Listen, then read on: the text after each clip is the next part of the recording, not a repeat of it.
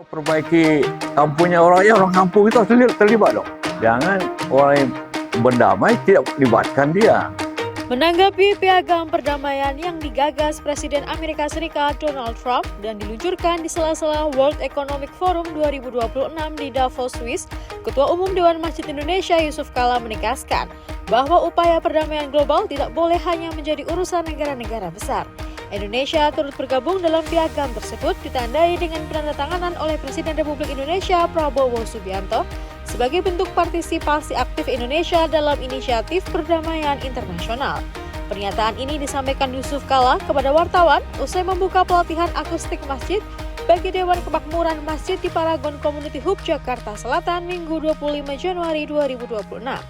Menurut Wakil Presiden Republik Indonesia ke-10 dan 12, perdamaian yang berkelanjutan hanya dapat terwujud jika melibatkan masyarakat lokal di wilayah konflik, khususnya warga Palestina dan Israel sebagai pihak yang terdampak langsung.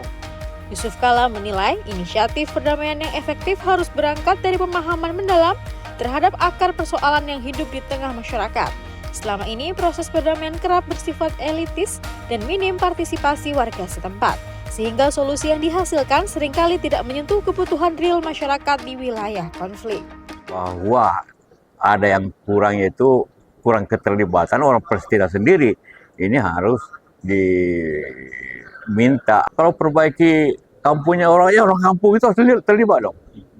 Jangan orang yang berdamai tidak libatkan dia.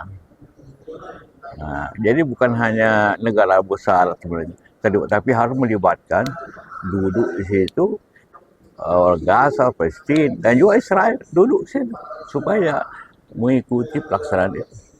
Indonesia perlu mendorong Iya, harus ya mendorong.